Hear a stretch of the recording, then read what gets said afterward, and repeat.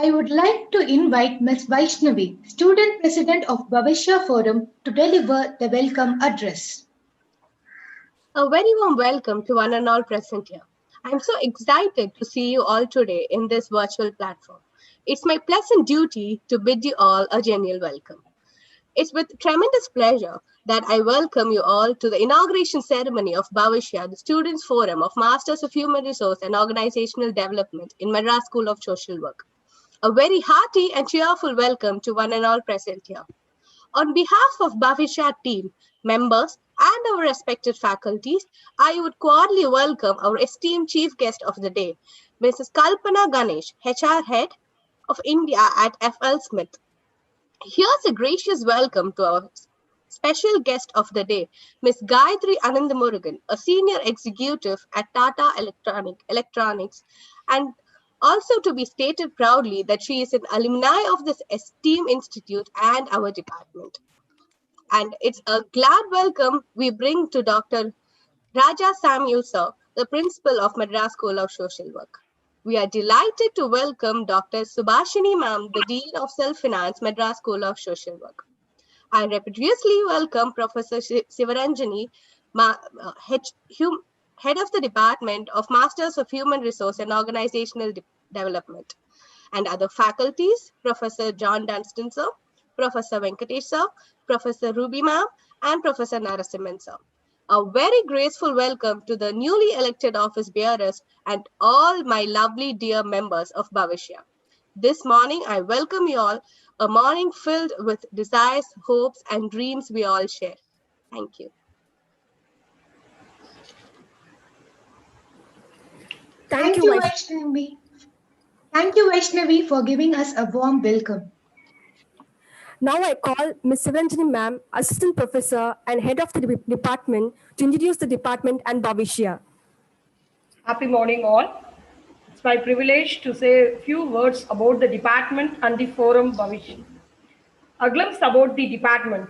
Human resource and OD are two crucial aspects of any organization for hiring and training the workforce to resolving conflicts and building an organization culture. The human resource department plays a central role in smooth functioning of the organization. Another critical requirement for any organization to succeed is growth. That is improving the organization, enhancing products and services, and thereby increasing profits are few of the many benefits of organization development. With all these thoughts on mind, the HROD department of MSSW was established in the year 2011.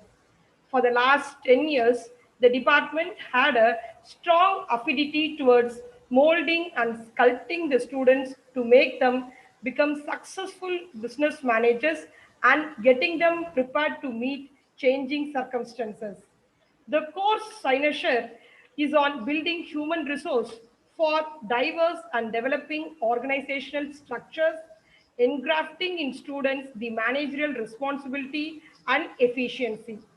It provides a compendium of the organizational literature, culture, values, and skills that can be used by a manager, a leader, or administrator to influence organizational change. The students of the department are getting placed in a reputed organizations. Students getting placed on campus gradually increased from 3 in the initial years to 16 in the last year. Last year's but 16 students were placed on campus. The department envisions that future is here today, that human resource and the development of the organization is the key to advancement and evolution, and that this resource will be trained to be vibrant, creative, adaptable to tackle the ever-changing world and its challenges. That's about the department. A few words about the forum Bhavishya. Bhavishya, a Sanskrit word that means future. It is the name of the Students' Forum of Department of HR and OD. It is in successful operation ever since the department took form. Every year, the Student Forum is constituted of the Student Senate, which consists of core team leads and associate leads, under the guidance of faculty members. Bhavishya conducts the following events: guest lectures, workshops, seminars, and conferences. This forum is known for the innovative events like Human Library. Human Library is library of people that people replaces books. Okay. And Invictus. Invictus, a 2-day long journey of skill assessment of students which were needed for the 21st century. Flash talks are rapid presentation talks spanning over 6 minutes 40 seconds in 2020 format. That is 20 slides, 20 seconds. Each slide will be of 20 seconds. And Gameathon, last year we conducted a Gameathon, a event that focused on lot of valuable life skills and working hacks. Bhavishya set focus on the individual of today as the leader of tomorrow and moves as the force that provides the students with opportunities to take their talent, knowledge, curiosity to the next level by giving them hands-on experience on the world of human resource and OD. Logic takes you from A to B, but imagination takes you everywhere. So in the forum, we make the students widen their imagination, creativity skills, and think out of the box and come out with very innovative events. Thank you for the opportunity. And I also welcome Kalpana ma'am and Gayatri. And thanks for being with us, ma'am. Thank you. Thank you, ma'am, for the introduction of the department and Bhavishya. Now we will be having the theme revealing video.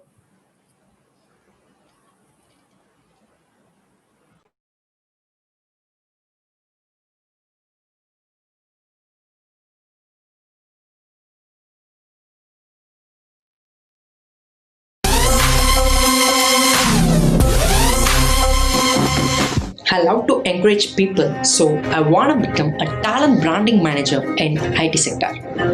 I don't like doing a monotonous job, so I want to become a trainer and an employee engagement coach. I'm good in labor law. I want to become an IR specialist. Manufacturing sector அப்படியே கெத்தா. I want to become a human bias officer who ensures everybody feels empowered. I'm an innovative thinker. I want to become an independent OD specialist.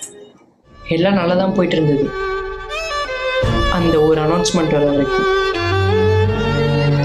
Yes, due to COVID-19, lockdown has been placed from today. இந்த ஒரு announcement அப்படியே world எக்கனாமியை மாற்றோன்ட்டு கொஞ்சம் கூட எதிர்பார்க்கலாம். எனக்குள்ளலாம் அப்படியே ஒரு பயம், எங்கே நம்மளோட எபிலிட்டிலாம் அப்படியே ரஸ்ட் ஆகிடுமோ. மொனாட்டனஸாக இருக்க பிடிக்கலன்னு தான் ஐ சூஸ் ட்ரெயினர். பட் போகிற போக்க பார்த்தா நான் வீட்டுக்குள்ளேயே உட்காந்து மென்டலி வீக் ஆகிடணும். ஒருவேளை இந்த கேப்பில் ஸ்கில்ல லேக் ஆகிட்டோன்னா என்ன பண்ணுறது? இன்னோவேட்டிவாக திங்க் பண்ணுவேன் தான்.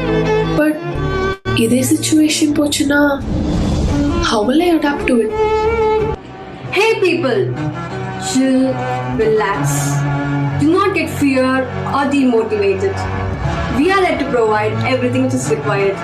Yes, we, the team of Bhavishya 2021, a student forum of Masters of Human Resource and Organizational Development, are here back with the exciting theme for the year.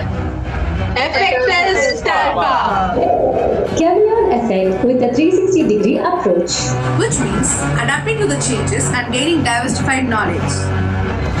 Here we are to help you to build your knowledge, your skills, and stay updated with your profession and passion. Not only to think inside but also outside the box. So, stay connected, like and subscribe. Our YouTube, our Instagram, our Facebook and LinkedIn page.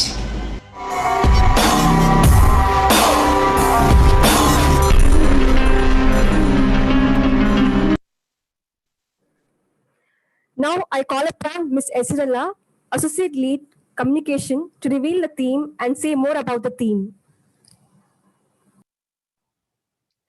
Good morning, everyone, and a warm welcome to our chief guest, Mrs. Kalpana Ganesh, our guest speaker, Ms. Gayatri Anandamurgan, dear faculty, and my dear students.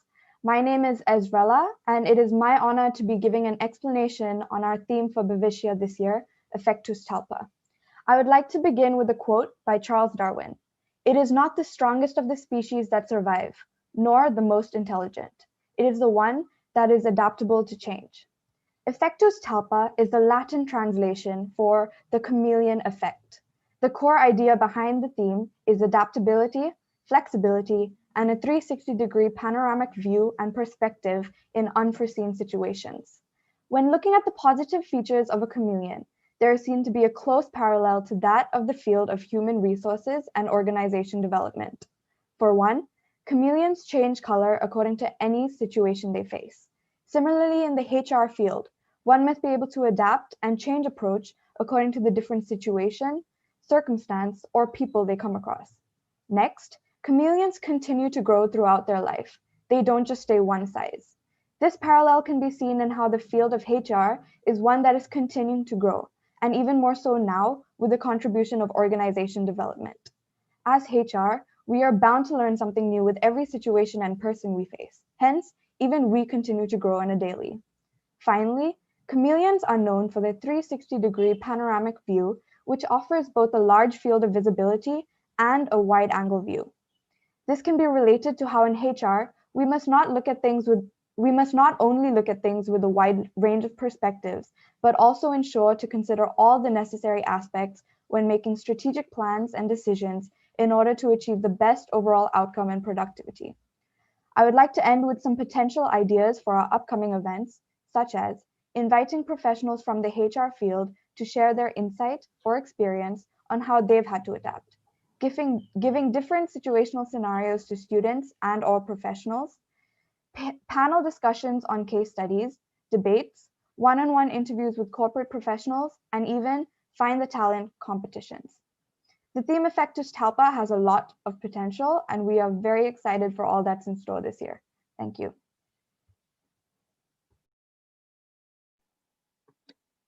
Thank you, Ezrilla, for sharing interesting information about the theme for this year with us.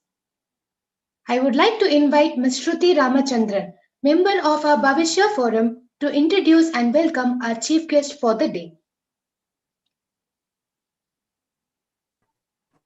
It's my pleasure to introduce our chief guest, Mrs. Kalpana Ganesh, Vice President and Human Resource Head, FL Smith, India. To be precise, she is a niche professional having over 25 plus years of expertise in the field of human resource. She has explored several cultures and geographies around the world, like the US and Europe, which has enabled her to bring an eclectic worldview and wide-ranging background to the business. She sees herself as a key enabler and is known for bringing the best out of people and to create a positive, challenging engagements. Her area of expertise are strategic human resource and organizational development, talent management, performance management, development management, and competence framework. She is indeed a certified MBTI coach and a certified assessor. It's a delight to have you over today, ma'am. May I invite Mrs. Kalpana Ganesh to share her valuable inputs. Thank you so much. It's indeed my pleasure and I think my privilege. Whenever you interact with a group whenever I interact with a group like you, I think I'm able to dip back into my source of energy. I'm able to dip back into my source of inspiration. And I'm able to dip back into my source of learning because the topic and the way the invitation came to me, it was tremendous. I mean, you're talking of Bhavishya, you're talking of adaptability, you're talking of resilience. So it's a very well thought out theme. And listening to most of you, I felt even more energized. So thank you for thinking of me. Thank you for inviting me. So I was also told that I can talk for about 10 minutes or so, and very excited to exchange with you some of my ideas. In my invitation, I was told that you'd like me to speak on effectus talpa, which means the chameleon effect, which was already introduced by Ezra. The basic idea is adaptability and flexibility to unforeseen situations. And especially you'd like me to touch about the field of HR and OD. And to me, as I'm listening to you guys and I see you holding this webinar and this whole investiture ceremony virtually, this itself is a tremendous sign of flexibility and adaptability on your part. So you did not sit back and thought, well, we can't meet in person, so let's not have this function. And so big kudos to all of you, the student community, for showing this adaptability and for listening to your TAPA. So before I get into the topic of resilient HR, let me reflect on resilient people. Let me reflect then on resilient organizations, and then I'll have a few words about resilient HR, leaving you some time for your questions also. I was looking back and thinking about some of the resilient people I have met, and I would encourage that after this ceremony, after this program is over for you, you also sit back and think about some resilient people, adaptable people you have met in your life. And if you just picture them, they are the people that seem to have boundless energies. They're always hungry to do more, unstoppable under any circumstance, and they keep bouncing back again and again from the lows and dips that they face, from the uncertainties that they face. So I was trying to think, what is it that's common in these people? What are some of the traits and some of the competencies, these resilient people that I have come across in my life? What are the common things they exhibit? First and foremost, every single one of them is highly networked, constantly connected to their friends, families, their stakeholders, their customers, their alma mater, you name it. Their network is so strong and they're always investing in their network. This continuous communication gives them so much of information and so much of intelligence. They keep bouncing their ideas, they keep collecting their ideas, they keep validating, they laugh, they relax, and they gain tremendous confidence to face uncertainties and predict changes which the uncertainties brings with them. So first, highly networked, highly communicative people, and lots of information at their disposal because of their network. Second, they're continuously looking at possibilities and opportunities. What can we do different? What can we do more of? How do we overcome this uncertainty? They know that business as usual will not work in the face of uncertainty. So what can be done differently? And they innovate and they improvise. I just give you a small example, which most of you might be knowing about this daycare center called Amelio. We had tied up with them for our own young parents in our organization in FL Smith. And we allow our people to take their children to Amelio. It's a beautiful daycare. And when COVID struck and then lockdown struck, naturally, they could not offer the facilities to the parents. Parents were not bringing their children. So very quickly, they adapted to another way of connecting with the children and parents. They created an e-platform to engage the children. And this way, the working parents got the time to work on their professional work while their children were engaged by Amelio long distance. So they think of these ideas, they never say die. They're constantly evolving. Thirdly, they have tremendous amount of confidence. And where does this confidence come from? Confidence is not something, we are all born with it, but with all the inputs we get, with all the signals we get from outside, sometimes our confidence starts wavering. But it's possible to work on the confidence, possible to create that confidence. And how do these resilient people that I know of, where does their confidence come from? First of all, if they have an idea, they get themselves a sponsor. They keep working till they have a sponsor, till they have a mentor who is willing to look at their idea and endorse it. So it could be their parent, it could be their manager, it could be a member of their board, it could be somebody who's saying, you have the permission to go ahead and pursue your idea. So first is permission of an idea, which gives them confidence. Second, the community. Now, I already said these people are highly networked. So they validate their ideas. This is my idea. I have a permission to work on it. And now can I go ahead? This is how I'm thinking about it. Do you see any loopholes? Do you see any failure mode? So the community helps them further work on their idea. And then they have curiosity, constantly asking, why is something working? Why is something not working? What can I do differently? All these three, this potent mixture of permission to pursue the idea, community to validate their idea, and the curiosity to keep reinventing um, gives them tremendous amount of confidence.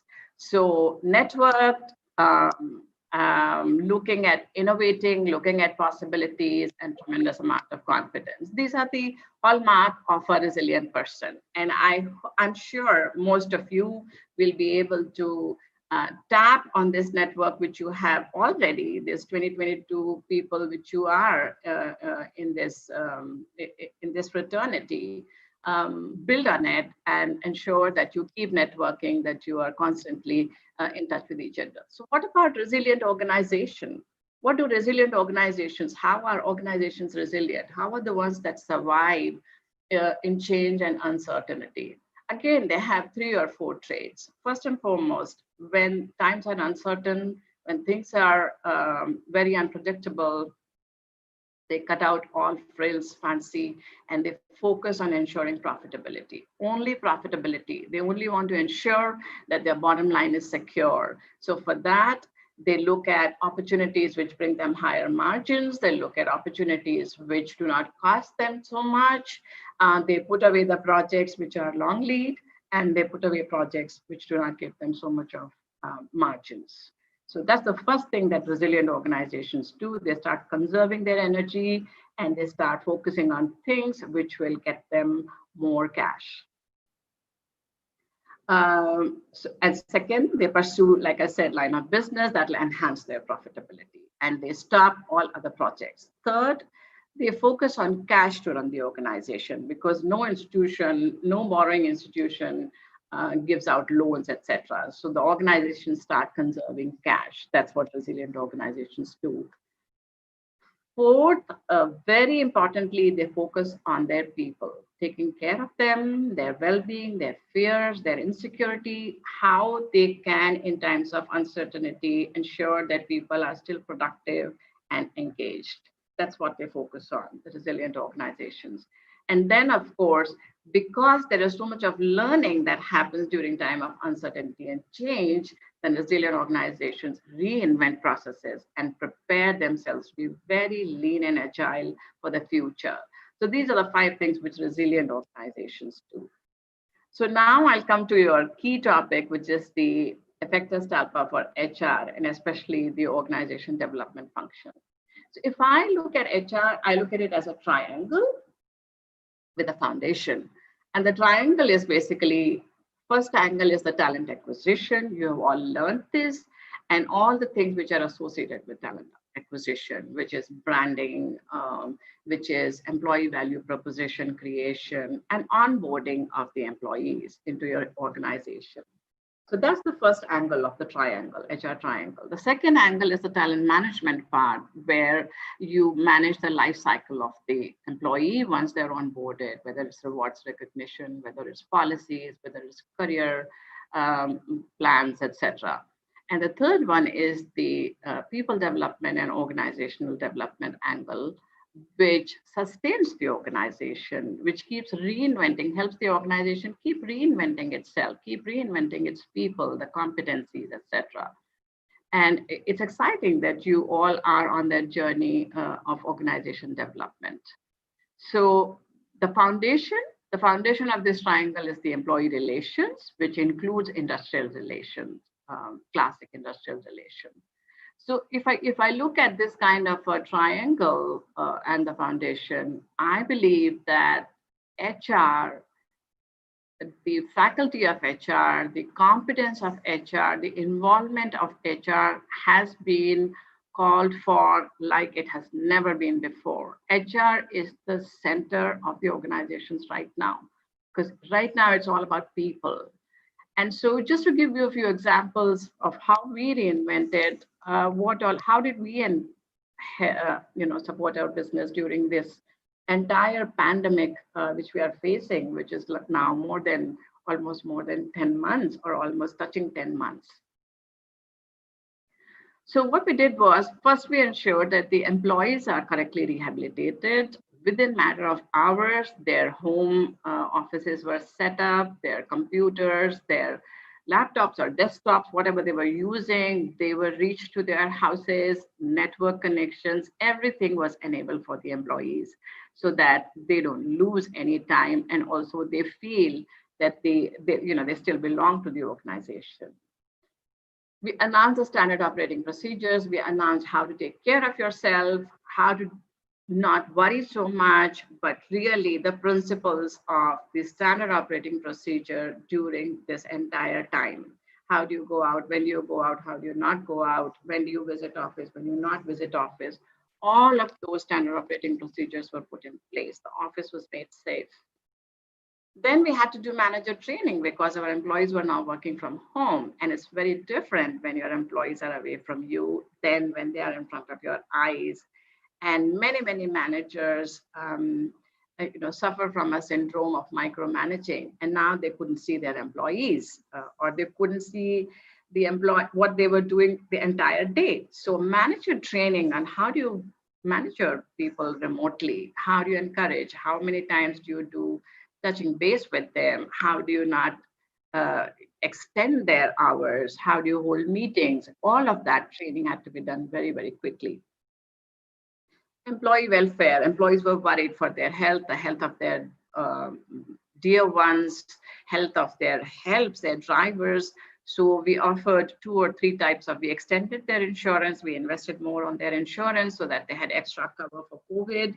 We also made sure that they were able to buy at negotiated price more insurances in case they wanted to cover more people in their ecosystem.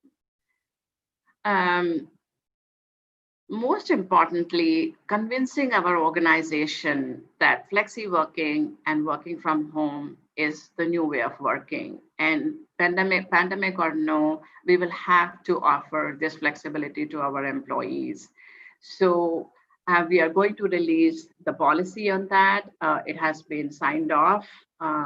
It was led by HR. It has been signed off by our board and our executive management committee that we can go ahead and we can roll out work from home even post-pandemic. So right now, of course, we don't have a choice. People are working from home. There's hardly 30-35% employees who are coming to office.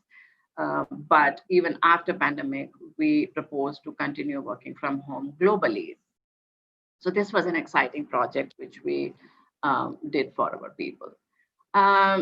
So this is from Modi perspective. What you have to do in times of uncertainty is quickly start doing surveys, start connecting with people, same principles, network with people, run ideas, find the gaps, and start filling those gaps, start validating your ideas with top management, with whichever stakeholder, and start implementing things which will help business immediately and which will help the employees immediately. So this is how you reinvent in times of uncertainty, and this is how you adapt yourself. You put all your goals and your methods of working on hold, and you start adapting. For instance, we rolled out e-learning for all of our employees, and the learning hours spent by our employees shot up because e-learning is such a flexible way of learning. You don't have to be stuck in a classroom. You don't have to be sitting in a in front of a trainer, whether you like them or not. So e-learning suddenly increased our level of learning in the organization. So each of you have it in you to listen to your talpa, your alter ego, and never fear uncertainty, and allow yourself faith in your skills, your competence, your potential, the power of your mind. Whenever you are in doubt in times of change and uncertainty, think of the biggest achievement which made you the happiest ever, and reset your mindset to that time, and you will be able to achieve much more. Be fearless. I believe as long as there is sun, we are all safe. Plants grow, animals thrive. So why can't we as humans, as long as there is sun, as long as there is cosmos? And we just need this flexibility of, okay, if this is not working, let's get to this. This is not working, let's get to this. Just that confidence on yourself that you can feed yourself and you can clothe yourself. That's all you need. Rest all has to be about your passion. Be confident, and for that you need your network, you need your alma mater, you need all the friends you have made here, and that's your first network. Thrive on it and keep creating your network so that you're never afraid of uncertainty and you look like one of those highly energized people as you step out into the professional world. Thank you so much. Thank you, ma'am, for sharing your thoughts about resilient people and resilient organization. We will also build our abilities and knowledge to be a resilient person and work towards building the organization. We belonging to a resilient organization. Thank you once again, ma'am. Thank you. Now I call upon Ms. Madhurubni, member of Bhavishya, to introduce our guest speaker, Ms. Gayatri Anandamurugan, ma'am. It's my pleasure to introduce our guest speaker for the day, Ms. Gayatri Anandamurugan. Ms. Gayatri is a distinguished alumna of MA HROD. Passed out in the year 2018, she has been awarded the Best Outgoing Student Award from the college and from the department as well. She has always been academically strong and has been awarded Proficiency Award as the topper of the batch in MSSW. And also, during her UG in MCC, she has won Meritorious Student Award from her batch. Ms. Gayatri also excelled in extracurricular activities. During her time in MSSW, she was the president of the Student Forum Bhavishya. She has also participated and won various inter and intra-college events. During her UG, she has represented NCC Navy on a youth exchange program in Russia. She has also participated in Republic Day Parade and was awarded by the Prime Minister of India. Currently, she is working as a senior executive in Tata Electronics. She has over 2 years of experience, started her career with Amway as management trainee in learning and development, then moved to TCS as a management trainee where she handled competency management, and now she is a part of the Agile HR team. Now I request Ms. Gayatri Anandamurugan to address the gathering. Hi everyone. So I'll just get into the topic right away, okay? See, I'll be able to relate to more of you. Let's talk practical stuffs which is going to happen during change. There are a lot of terminologies for this change management. How do we react to change, respond to change, be prepared for change? You'll see it in all your subjects, in your office, in all the Harvard Business Reviews, People Matters. That will be the most talked topic. In fact, for centuries, that has been the most talked topic. I'll start with this, okay? With confusion comes clarity. Right now, you're interning in organization, most of you. Will your internship experience and your work experience be similar? Definitely no. You'll know it when you move to a workspace. Whatever I'm going to talk for the next, say, 5 to 8 minutes is about how we as from being an intern to a working professional will handle and have an interface with change. First, this is all related to theme, but I'm trying to bring in more of a practical aspect here. First, forget all the models you have studied and whatever you are studying in OD, just rub everything off. Just always remember this, okay? The reality is HR is a support function. This might be not a very liked view by most of us, including me, but that's the practicality. Change always hits the business first. Always remember, if you're in a manufacturing sector, your motor vehicle manufacturing hits a change because of a game changer, then later only HR gets the change experience. Similarly, in an IT sector, also it's the same. Always remember, there is a structure for an organization. In that structure, the business or the core money making comes in the center, and everything else is aligned according to it. Okay. Every 3 months once, there are going to be reviews and meetings, and we from at the head HR or CHRO level, along with the CEO, they both will come together and form a lot of goals for the whole team of them as well as that. And it drops down and comes to us. We'll be joining at a team member level. From the team member level, what are the experiences we are having? First, we'll have to work in different roles. We will start with learning and development. We'll be a HR business partner, recruitment. We'll go round robin. Second, we'll work with different bosses. And third, we'll also work with different organizations, and we'll also be the first person to face the change, because we'll be in direct touch with the associate and we are just the executing leg. Always remember, we are the executing leg. Though we are working in a strategy function, people are our head or our mentors will say we want to hear from the young generation and stuff. We are always the execution wing who wants to implement and put their ideas into a PPT or whatever medium is it. So that's what we are going to do. Okay, where I am talking this, why I am talking this is I have been a part of strategy function in proper OD with the CHRO of TCS. This is what has been happening to all the 10 or 15 management trainees and 3 to 4 years seniors to us. This is the reality of the situation. With this, okay, first step is we have to deal with ambiguity. When I talk about dealing with ambiguity, it is also a competency which is being paid highest across all levels. See, when you are a team member, you do not know the experience of a manager on your own. You'll be observing it on others. When you are a lead for a particular HR wing itself, you weren't doing that role before. It's always that you are doing something new and it's going to be confusing, no clarity, nothing. You'll struggle your way through it. You'll talk to your friends and all that. So you'll have to just deal with the ambiguity and don't follow any particular method or anything. Whatever comes for you, just use your intuition and common sense. That's more than enough. And second and most helpful tip is learn fast and fail fast. Okay, you just learn something, try it. If it doesn't work, just push it away and go for the next thing. Sometimes we get more, conditioning is only like huge words. We want to ensure that we make it happen because we took that responsibility. So sometimes if it doesn't work, we should leave it and we should inform our boss, see, I'm not able to do this. I'll go with a plan B. Okay. Always remember, at a team member level, no, we have other cross functions and people at our same level. No, most of us are competitive. Okay, in class, you know, you know how much competitive we are inside class when getting an internship, and when placement comes, there is another game going, and we are also competing between different departments in our college. Okay, but we should remember this.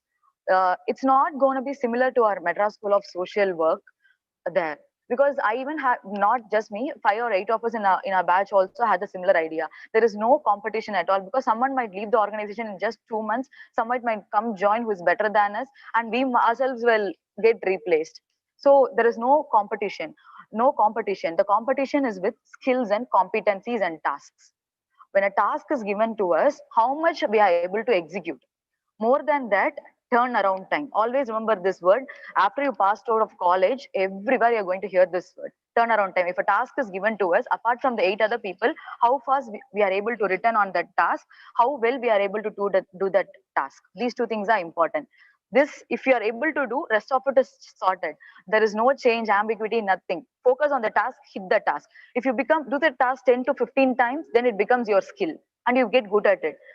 If you get that skill, in that skill, there are going to be A, B, C, D levels. You'll grow up the level. Okay. When you grow up that level of skill, you'll get paid more. That's how it works. Very simple. And apart from the whole thing, always ensure you're not working in one single function. You start your career with, say, a talent acquisition. After 3 years, get a rotation for learning and development. Then some other function. If you do it in the initial 5 to 6 years of your career, no, you won't have, some of you, because of your skill level, will have a huge growth. Some of us will be in that middle growth category. But after that learning curve, will grow high, because in the 5 to 6 years, we would have got the maximum amount of beatings, maximum amount of failures. Simpler சொல்லனா எவ்வளவு அடிச்சாலும் தாங்குவோம், எங்க போட்டாலும் இருந்துருவோம். Will become survivors. Survival is most important for this. You can, in 10 years you can reach your goal, 5 years you can reach your goal. அவ்வளவுதான். That's the simplest of matter. During college, no, I used to be a part of a lot of NHRD forums, NIPM forums. Too much of these things all of us used to do. Okay, but it became so simple for me after I joined here. No need to read your Harvard business review. No people matter. Nothing. You just focus on the task. The task will lead you to the larger goal, is what is my understanding in 2 years. And why I am saying this is, my first job I quit in 7 months. Okay, my second job I was there for 1 year 3 months. Team themselves got dissolved, and this is my third job without even interview. I was called here and I joined. I have no clue of what I'm doing here. This is a greenfield project. So I'm doing from taking a Xerox to talking to the CEO. Okay. And one more thing, talking to a higher level people, lower level, nothing matters. Always remember this word. When you will definitely feel stressed. You'll call your friends at night and ask. You'll ask your other organization friends to help you for PPT. You'll want to learn Excel, everything. Always remember, it's the task, task, task, task. Okay. And if now I spoke about task to income, and also now task to your performance management system. This is something no one has ever told me in college or my boss or anywhere. Okay. In your college, how much is your semester exam marks important? Similarly is your performance management system, and the kind of performance management system your organization is having as HRs. I'm only talking from the perspective of us handling the chameleon effect. Okay. So it's useful for all of us. First thing you should know in an organization is your performance management system. That's where you can pick your goal. At the end of the year, you will have a review and everything will be feeded in that system. The system will tell these are the 10 goals the person had to do. These are the 7 competencies or attributes they had to develop. And they'll put mark accordingly and they'll say, this is your banding. Okay, B banding. So you get this particular height, this particular promotion you're eligible for. It drops to all of this. It starts with task, your skills to competencies, and the end of the day review. So to all of this, and to deal with ambiguity, this is the simplest and easiest path for HRs. Though we talk so much about helping the associate employees and all that, at the inside of us, this will be a very more core of why we are doing a lot of things we are doing in the organization. So if we address that part, rest of the initiatives we are doing, the interventions we call an OD we want to do, everything will be in place. Okay. I would like to end with a few note or tips. Okay. Apart from all of this, see, always try to break the convention. Always try to break the convention. Most of the times we are discussing in mails. Why can't we have WhatsApp as a medium of discussion? Anyways, we are discussing in mail, and in WhatsApp again we'll ask and we'll call. The simplest things, but the once you start breaking the convention and try changing it in our organizations, no, that's where your limelight also starts. And always people will talk about agility and so many other being agile and all that has been spoken and abused more for the past 4-5 years. But what I would say is always design think. Whatever you are doing, ensure it's different, and then later on people will start following it as an initiative. They'll put all fancy names, terminologies, etc., etc. Always design think. So these are the two things I wanted to say. And one more concept I wanted to talk regarding the chameleon effect. Always practice inclusive leadership. I don't know if it's there in most of our books or anything. The concept of inclusive leadership is very simple. You're organizing this forum, Bhavishya, right? There are few people who are quiet in our class. There are few people who are last benches. The few people who will never accept our ideas of what we are doing. Few people won't even participate or anything. They'll just come take selfies, wear saris. Okay. If we are as a leader, if you're able to include all of these people and come up with an event, then it's good. We should not enforce our ideas on them. How I want to just use an example. Usually I don't use more of stories or examples, but I'm not able to convey what I'm trying to convey. There is this a cycle race happening in France usually. Okay, so the concept is the person who is doing the screw for the brake, the person who is pumping the air, the person who is maintaining the cycle, the person who is adjusting the seat for the person who is helping the rider during refreshments. These are all different touch points for the person who is riding the cycle to win the race. All these touch points need to happen. That's what is inclusive leadership. And in inclusive leadership, there is always, the aim is just 1% growth. If the person who is doing the screwdriver gives 1% growth, if the person who is handling the brake, repairing the brake gives 1% growth, the person who is providing refreshment gives 1% growth, then on a cumulative level, the percentage of growth goes higher. So that's the concept of inclusive leadership. It's a huge concept, but if we can read it somewhere along, no, it will be helpful for us. That's a new kind of leadership that's evolving. And as HROD students, I think you should all know this, and it will be useful for your interviews also when you talk about it. That's also a thought. Pretty much that's it from my end. It's so nice to be part of Bhavishya again. And Bhavishya is very close to my heart. For the last 1 year of my college, everything was revolving around Bhavishya for me. So it's very close to my heart. Do well and be the best department among all other departments in MSSW. Okay. Thank you, Ms. Gayatri ma'am, for giving us your time and sharing with us your perspective. It was so relatable and information for all of us. Now let's all have an interaction session with the chief guest and special guest of the day. I request all students to post their queries in the chat box and also mention whom your queries to.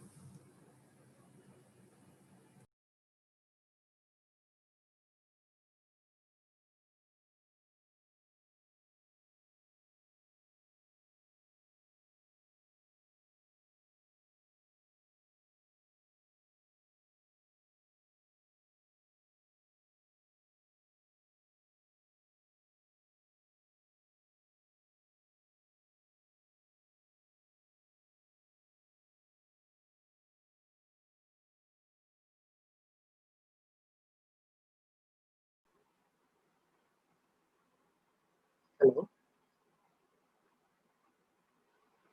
Hello. Yes, sir, you're audible. You are audible. Hello. Yeah, Jonan, you're audible. Hi, ma'am. This is Jonan, and I have a question for Kalpana. Please go on. So, what were some adaptability things which you did, flexible things which you did during this COVID time at your place organization? What are some of the adaptability I'm personally doing or my organization? Your organization as such. Okay. So, like I explained in my initial talk itself, see, as soon as we realize that this is going to hit, this is going to be big, and we need to immediately start taking some actions. I think the first thing, which not only my organization, but every organization did, was to quickly ensure that all the employees are given the infrastructure to work from home. We had no two thoughts about it. We still don't have two thoughts about it. We are continuing to ensure that this is going to be our new normal.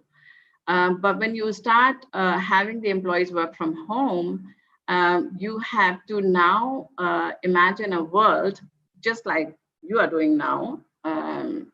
You would have in a normal circumstance. Gayatri last year should have been in the the vibrant environment of your Bhavishya forum, and there would have been so many of you, hundreds of people participating. That will not happen. So you reinvented how you are going to connect, how you're going to engage with each other, how you're going to engage with other participants. It's the same thing which we adapted ourselves to. You cannot call people for training into the classrooms. So you quickly start putting your material on LMS. And you know that when people are doing self-learning, then your day-long programs will not work. So we quickly created bite-sized material for people to learn. We started creating webinars for people to learn. 1 hour webinar. Our specialists started taking these webinars. We needed to connect with the customers very quickly. And it was just not happening. You couldn't travel, right? And the customers were also varied. They were not inviting you to travel. So we started doing customer webinars, and that became a big hit. And that became a big hit across the globe. We started talking about our new discoveries, our new innovations, the new productivity which our equipment was giving to the customer. All of that started. I think the most delightful thing was that everybody adapted to digitalization. Like, somebody jokingly said that COVID has been the biggest chief digital officer. Whichever organization was in a journey of digitalization, it got amped up so much. I think 9 years of journey we just covered in these 9 months. And same thing happened with my organization. Everybody got onto the remote bandwagon, helping our customers remotely. We were able to commission things remotely. We were able to install things remotely. the help of customers and with the help of all the analogous instruments which we had over there, the remote monitoring instruments which we had, we were able to repair, we were able to ensure that the customers don't have downtime of their machinery. So all of this we were able to do just by thinking digital. So a lot of these adaptabilities, and people also realize that their work is not going to be the same. I give you an example of from HR, where my learning team, my OD team quickly got onto the digitalization mode.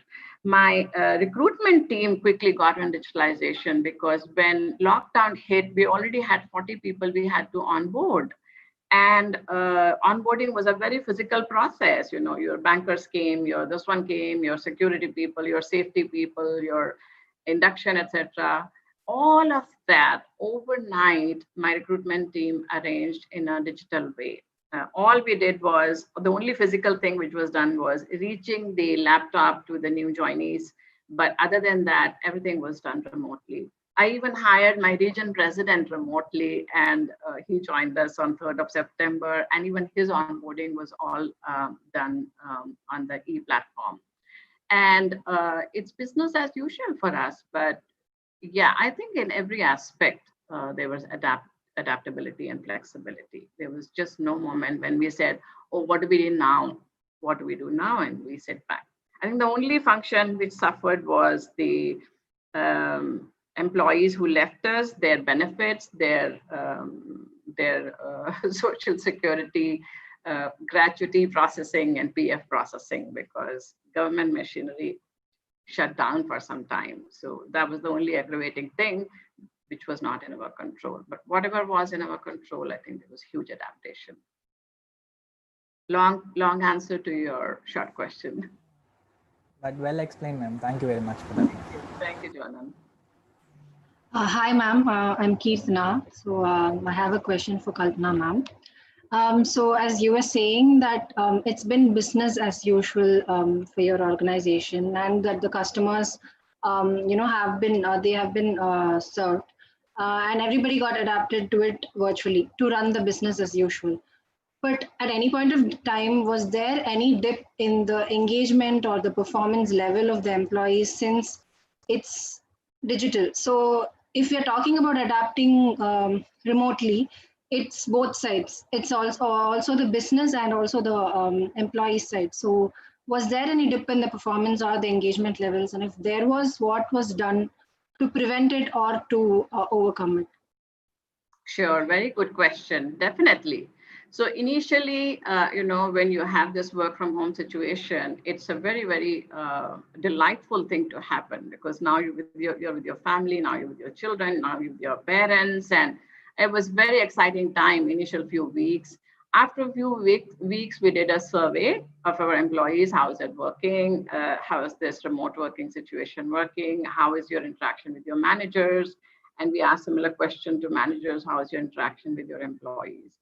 It was a huge change. And while they were extremely, extremely happy with the work from home situation, and they wanted this kind of flexibility to continue even after COVID, one of the things which came to our notice was 60% to 65% of our employees felt that they had this feeling of isolation. They had this feeling of seclusion, because the entire community at office, the water cooler chats, the peer learning, the gossiping, you need to vent out about your manager, or you need to vent out about a bad customer. All of that stopped, right? Because how do you do that remotely? I mean, you can only gossip for so long remotely. So that happened. For the managers, some of the insecure managers, it was a different syndrome. They just needed to have this control that their employees are constantly working, that they're online, and you can be online, but you may not be working. But that was just something which we had to train our managers very quickly, that stop this activity-based kind of requirement and very quickly turn into results, the outcomes. Gayatri talked about tasks. Tasks are easily done when you are in a physical setting. You keep getting tasks. but we had to very quickly move our managers from that activity task orientation to outcome orientation. What do you want from this person? How many customers do you want him to get in touch with in how long? So you're absolutely right, Kirtana. It was not business as usual in month 1 or month 2. It was business as usual after 4 or 5 months, when we were able to iron out all of these edges and train our managers and train our employees that have a logical start to your day and have a logical stop to your day, because work from home also made some of the employees a little less accountable and a little less responsible. So there's a lot of coaching and there's a lot of counseling which had to be done for some of the employees. So I would say now, now it's a new normal in my organization. But in all of this, I think the employees ensured, the managers ensured that the customers did not suffer. So I think that was a big win for us.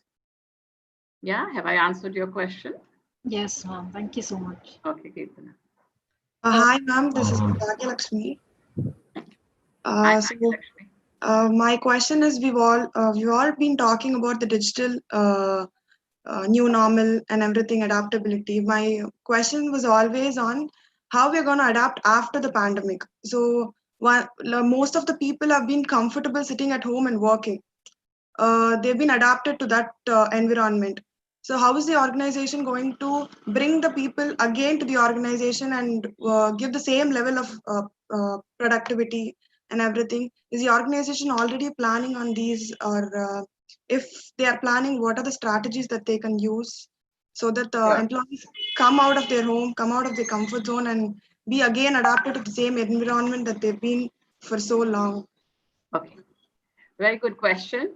First of all, I'm sure Gayatri will agree with me also. First of all, they're not in their comfort zone. They are at home, but they're not in their comfort zone. I think for most people, this working from home has been very, very, very hard, because it took time for them to use this flexibility productively. It took some time to negotiate with your managers that, listen, I'm working with someone sitting in Australia. Their hours are different. My hours are different. And can I just align my work day to Australia so that I can be with my stakeholder in real time? So this was not a comfort zone. This was a very difficult zone for most employees. It's a very difficult zone for some of our women employees, because now they were supposed to work productively. Now they were supposed to look after the child. Now they were supposed to cook hot food for their family and husband and mother-in-law, so many of our women employees actually started dropping off because they just couldn't cope. So it's not, work from home is not a piece of cake. Work from home is a very, very challenging, because it's built on trust, it's built on accountability, and it's built on autonomy. Just like your gig economy people, you give them a contract, you give them your assignment, and then they bring it back to you when you have committed that by such and so time, I'll bring it back to you. You bring it back to the customer. It's the same kind of contract you have to have with your employees. You have to ensure that you are giving them their personal space. You do not set up meetings at hours which are unearthly. You do not do not eat into their lunch time. So all of this training we had to give, that you reset how you manage your people. You have to have more contact. That does not mean micromanaging, but you have to have more contact with employees. If you were having reviews with them once a week, maybe you can have daily 15-minute catch up. Has everything gone okay or not? Things like that. I think most important thing which we had to train was, how do we collaborate interfunctional? Because many people, especially when you're working in the same location, you have the luxury of going and walking across and talking to your stakeholder and saying, hey, prioritize this, hey, prioritize that. So very meticulous planning, so that very meticulous SLAs between functions, the service level agreements, so that you don't have this follow up and you don't have this reprioritizing kind of a culture. So there are a lot of small cultural shifts which we had to start training people on. There are a lot of cultural shifts we are still training people on.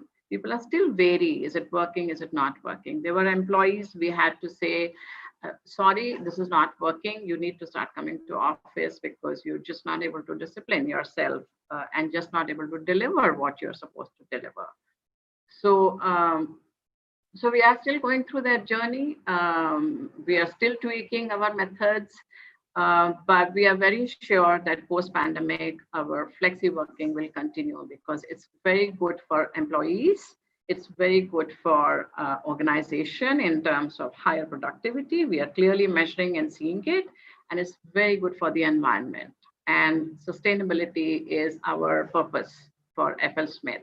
We have a mission called Mission Zero, which is about zero pollution, but we are into a lot of sustainable solutions. So sustainability is key, and this is helping sustainability. So it's good for employees, it's good for the organization in terms of controlling costs, it's good for sustainability. So for us, there is no going back to pre-pandemic way of working. Thank you. Sure, hello everyone. My question is to Gayatri. How was your study different from your work culture, and how were you able to relate your study to the work culture? And did you follow some strategy or policies for that?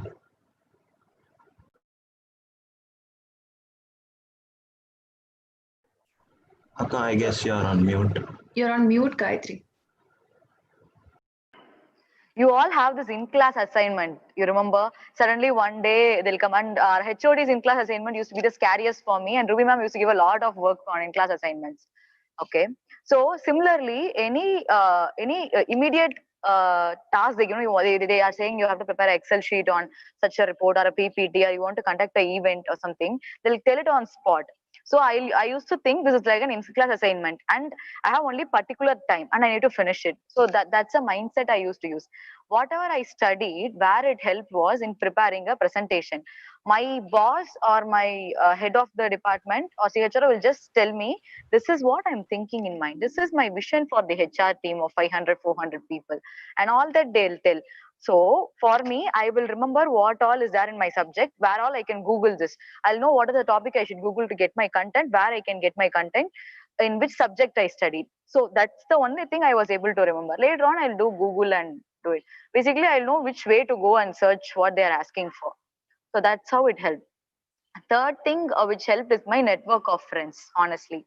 All of my classmates, seniors, and all, they were in different organization. When we want to do a benchmark study of we want to find out what's the policy in the other organization and all, I'll just call up my friends, seniors, and other department friends. They used to help me, and it's the vice versa.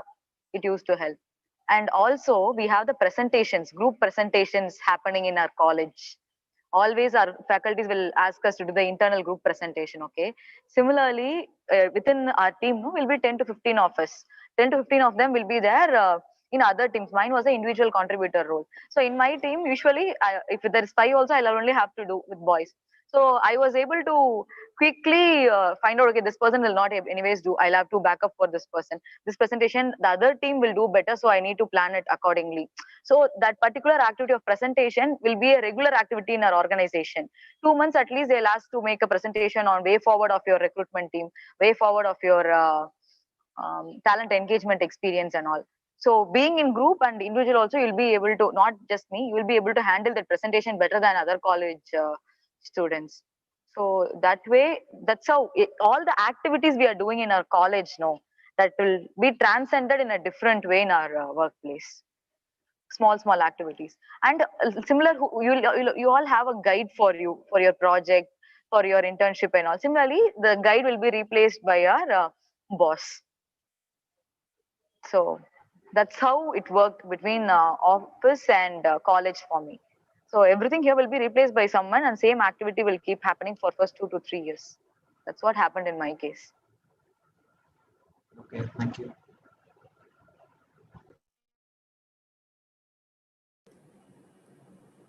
So people, we have few more questions, but due to time constraint, let's end this interaction session.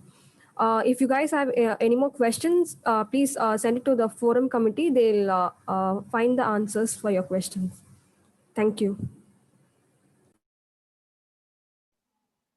Thank you, Mrs. Kalpana Ganesh ma'am and Gayatri ma'am for taking the time to answer our questions. It has really helped us to understand the situation, see the big picture and clarify our position. Thank you, ma'am. Thank you so much. Thank you for inviting. Bye-bye. All the best, all of you. Thank you. Thanks. Had good time with you guys. We'll catch up soon in college sometime. Ma'am? Yes. We have the ceremony yet. Yeah. Gayatri can stay back. I think Kalpana ma'am has work, I think. Okay. We'll continue. Yeah. Leaders are the role models who inspire the followers and motivate them to reach the target of success. Investiture is one of the most important events in the college. It is here that we entrust faith and hope in our newly appointed college council. Every student who obtains this leadership role feels proud. Today's celebration makes every leader to feel unique and sense of responsibility to be the leaders in making for tomorrow. Now I request our beloved head of the department, Assistant Professor S. Shivaranjani ma'am, to proceed with introducing the batch holders. Okay. Every year, elections are conducted to elect the office bearers, and this year we conducted elections online, and 13 members were elected, 5 members in the core team, 4 as leads and 4 as associate leads. Very happy to introduce the Forum Bhavishya office bearers 2020-21.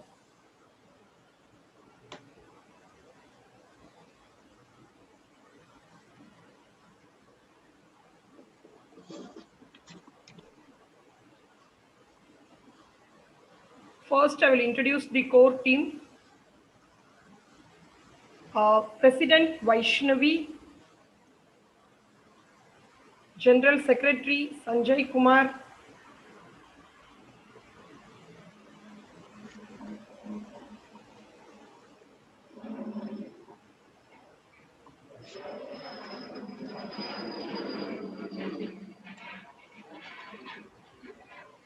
so Vaishnavi will be the president.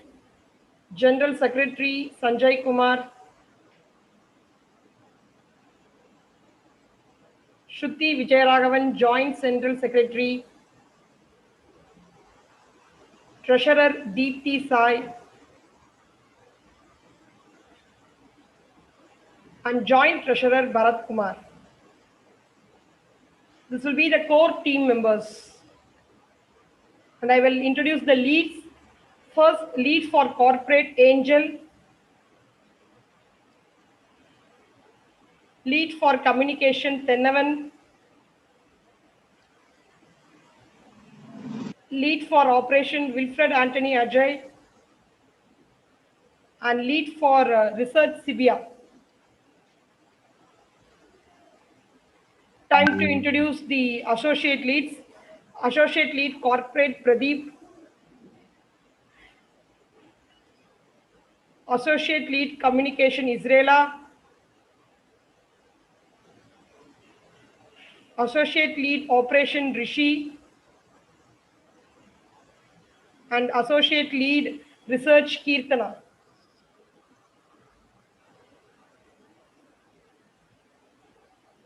And this will be the office bearers 2020-21.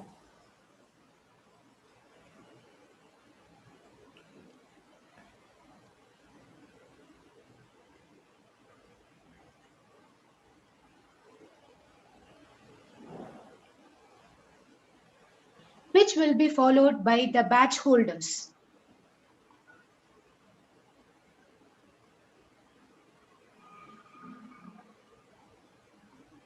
Charu, can you repeat that? Your mic was on mute.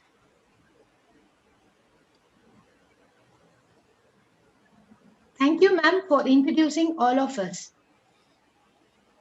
Now, we request our chief guest for the day to lead us through the oath taking ceremony, which will be followed by the badge holders.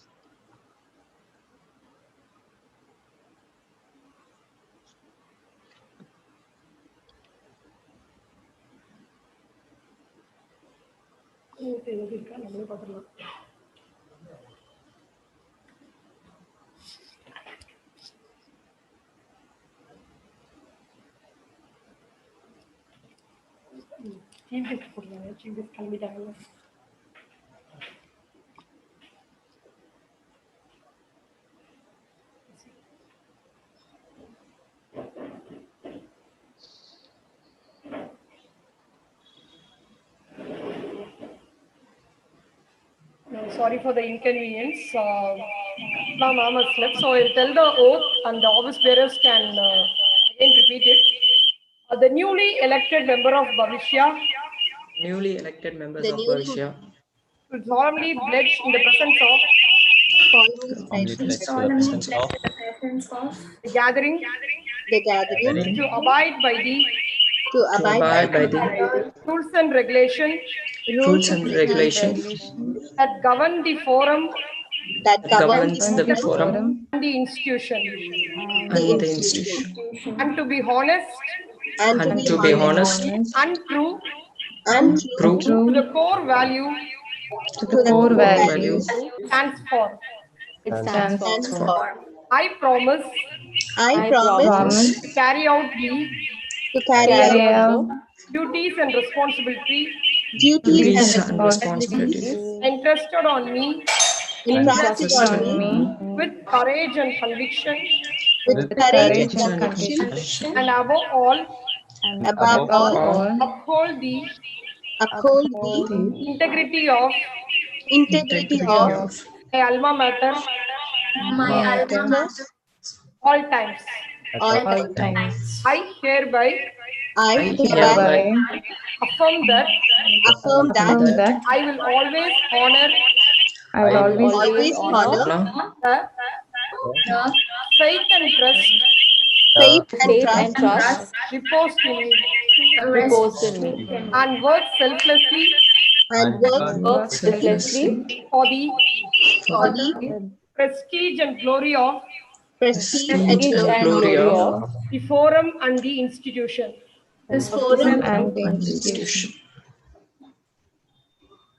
Thank you.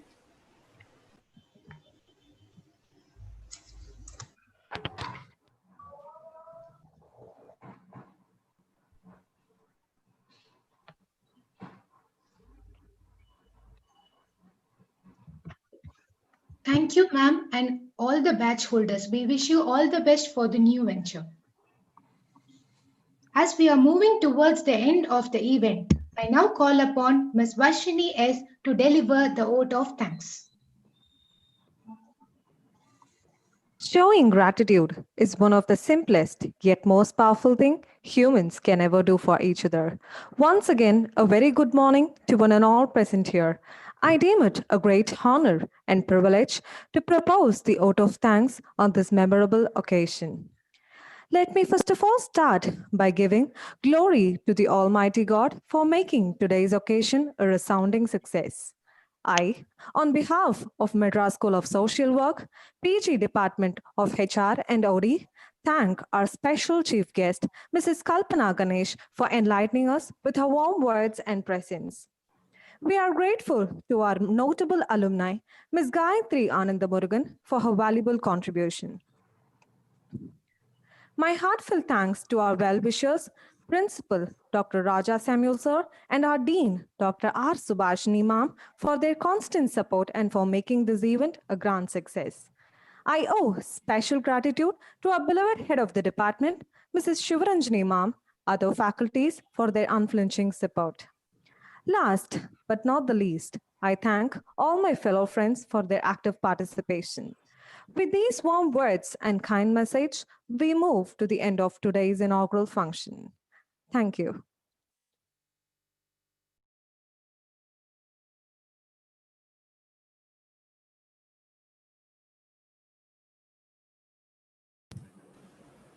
Gayatri, thank you. pray as the end of this event and beginning of the journey. Let's all strive together as Bhavishya to a final destination. This is Natlan and Charu. We hereby signing off. Thank you. Announcements: students can